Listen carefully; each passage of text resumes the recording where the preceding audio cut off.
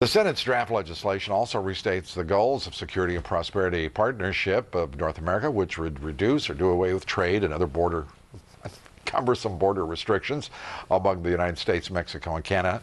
Joining me now is Robert Pastor. He's Vice President of International Affairs at American University, Director of the Center for North American Studies. Robert, good to have you here. It's good to be with you, Lou. All right, let's start with it. What in the world are we trying to do here, we elitists who want to make it so less cumbersome to traffic commerce among Canada, the United States, Mexico, and move people and goods so much more efficiently? Well, I think the premise is that if Canada and Mexico develop very well and they progress, this is in our interest as well. That's the portion of the bill that you were just hearing. Okay, and who is we? I'm a little lost on that. The American people haven't voted on it. Congress hasn't voted on it. It's me and you, and it's the American people will benefit from increasing trade, increasing investment, and Mexicans and Canadians will benefit as well. And in fact, the Congress did pass, of course, the North American Free Trade Agreement, and this is before the Congress now to debate and to see whether they'll pass that as well. Well, let's hope, Robert, that that you all get a little surprise from this Congress. I have to tell you, I frankly will be surprised as well. Here's what you wrote.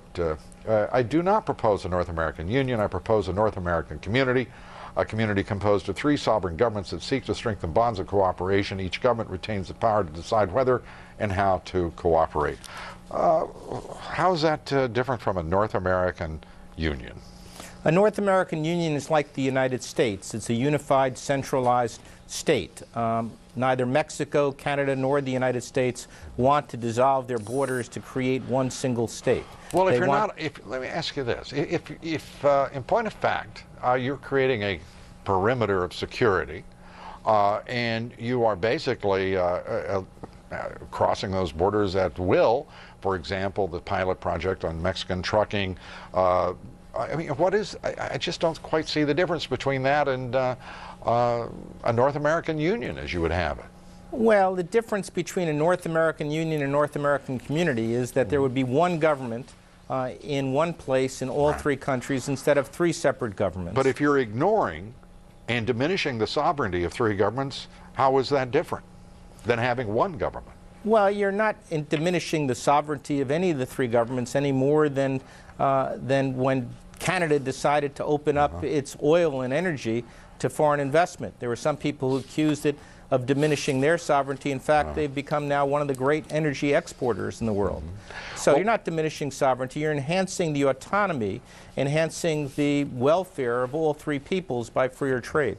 Well, don't you think there should be a straightforward vote on this? Because as technocrats, business executives and academics and other elites meet in private, and often, if not always, without the transparency of the media being there, the press, don't you think it would be just a lot more straightforward for you all to put forward the agenda, let Congress debate it, and let the legislature in Canada and Mexico do so as well, rather than stay under the imprimatur of NAFTA, which is a disaster in so many respects in Mexico and in the United States?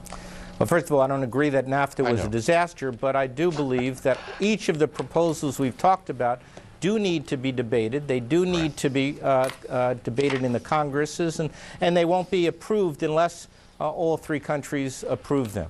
And with the United States suffering immense trade deficits with both Canada and Mexico, more than approaching 125 billion a year, what's driving us to do this?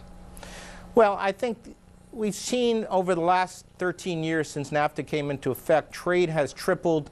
Foreign direct investment in the 3 countries have increased by a factor of 5. The effect of that trade is a $125 billion deficit, Robert. What is driving our interest here? Well, what makes you think that deficit among close neighbors like this is necessarily negative? It means, for example, that we're importing more goods that are cheaper and of a higher quality.